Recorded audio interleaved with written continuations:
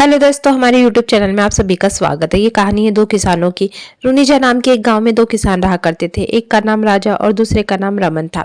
राजा बहुत ही मेहनती किसान था। सुबह से शाम तक वह अपने खेत में बहुत मेहनत करके काम करता था और उसके पास एक बैल था और उसे उसके बैल से बहुत प्यार था।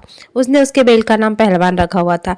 लेकिन वही रमन बहुत ही आलसी था। वह दिन भर सोते रहता था और उसे काम करना बिल्कुल भी पसंद नहीं था।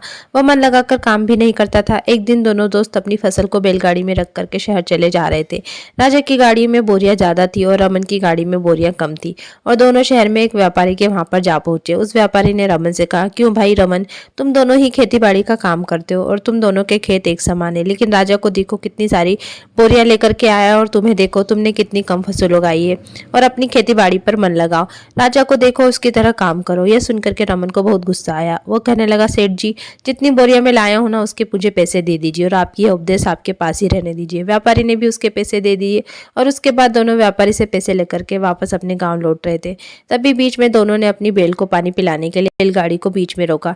तभी राजा ने कहा, रमन, तुम बुरा ना मानो तो तुमसे एक बात कहूं, उस व्यापारी ने जो कहा उसमें कोई गलत बात नहीं है। गांव में भी तुझे सब लोग आलसी ही बुलाते हैं। मैं तुझे दोस्त के नाते कह रहा हूँ, छोड़ दे ये सब और थोड़ी मेहनत कर। तभी उसकी बात सुनकर के रमन को बहुत गुस्सा आया। गुस्से के बाद घर पहुंचने के बाद रमन ने सोचा, हर कोई मुझे उपदेश देता रहता है, मन हुआ तो मैं काम करूंगा वरना नहीं करूंगा। इस राजा को तो मैं सबक सिखा कर ही रहूंगा। और उस दिन रात को रमन चुपके से राजा के घर जा करके उसका बैल चोरी कर करके ले गया।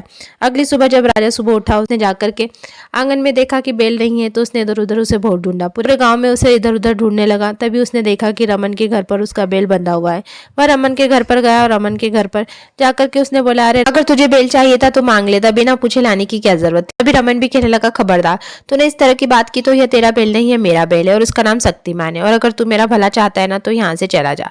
तभी राजा ने उसे बहुत समझाया कि क्या तू पागल हो गया, अगर मैं जमींदार जी से कहूंगा ना तो वो तुझे जेल में भिजवा देंगे। तभी रमन ने भी कहा, तो मैं कौन सा डरता हूँ, चल मैं तुझे अंदर करवाता हूँ। और दोनों बैल को लेकर के जमींदार के घर पहुंच गए और जमींदार ने भी उन दोनों की बातें ध्यान से सुनी। राजा ने कहा, जमींदार साहब, बैल मेरे बेटे जैसा है, भगवान की कसम है रमन झूठ बोल रहा है, मेरी बात मानिए। तभी रमन ने भी कहा, जमींदार साहब, मेरे बीबी बच्चों की कसम, इसकी बहुत दिनों से नजर थी मेरे बैल पर। जमींदार ने दोनों की बातें सुनकर के कहा कि देखो, कुछ फैसले लेना बहुत मुश्किल होता है, इसलिए मेरी समझ यह है कि दोनों को न्याय मिले। और फिर जमींदार ने अपने सेवक से कहा, तुम जाओ जाकर के एक बड़ा सा तलवार लेकर के आ जाओ।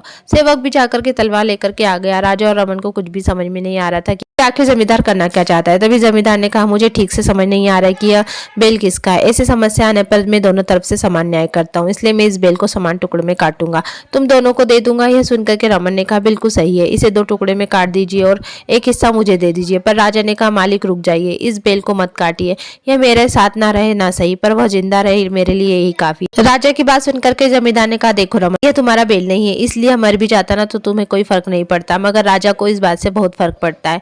इसकी बात से मैं समझ गया हूँ कि यह बैल इसका है। और अपने मंत्रियों से कह करके रमन को जेल में डालने के लिए कहा और कहा, ऐसे लोग समाज में नहीं रहना चाहिए। और जमींदार ने रमन को जेल में बंद करवा दिया। रमन भी जेल में जाकर के पछताने लगा। तो दोस्तों, इसलिए कभी भी किसी से ईर्ष्या नहीं करना चाहिए, क्योंकि बुरे काम का तो बुरा नतीजा होता है और आलस बिल्कुल भी अच्छी बात नहीं है। लालच और ईर्ष्या जितने दूर रहे उतने ही खुश रहते हैं। हमारी कहानी आपको कैसे लगी कमेंट्स बॉक्स में लिख करके जरूर बताइएगा और हमारे चैनल को लाइक और सब्सक्राइब करना ना भूले। धन्यवाद।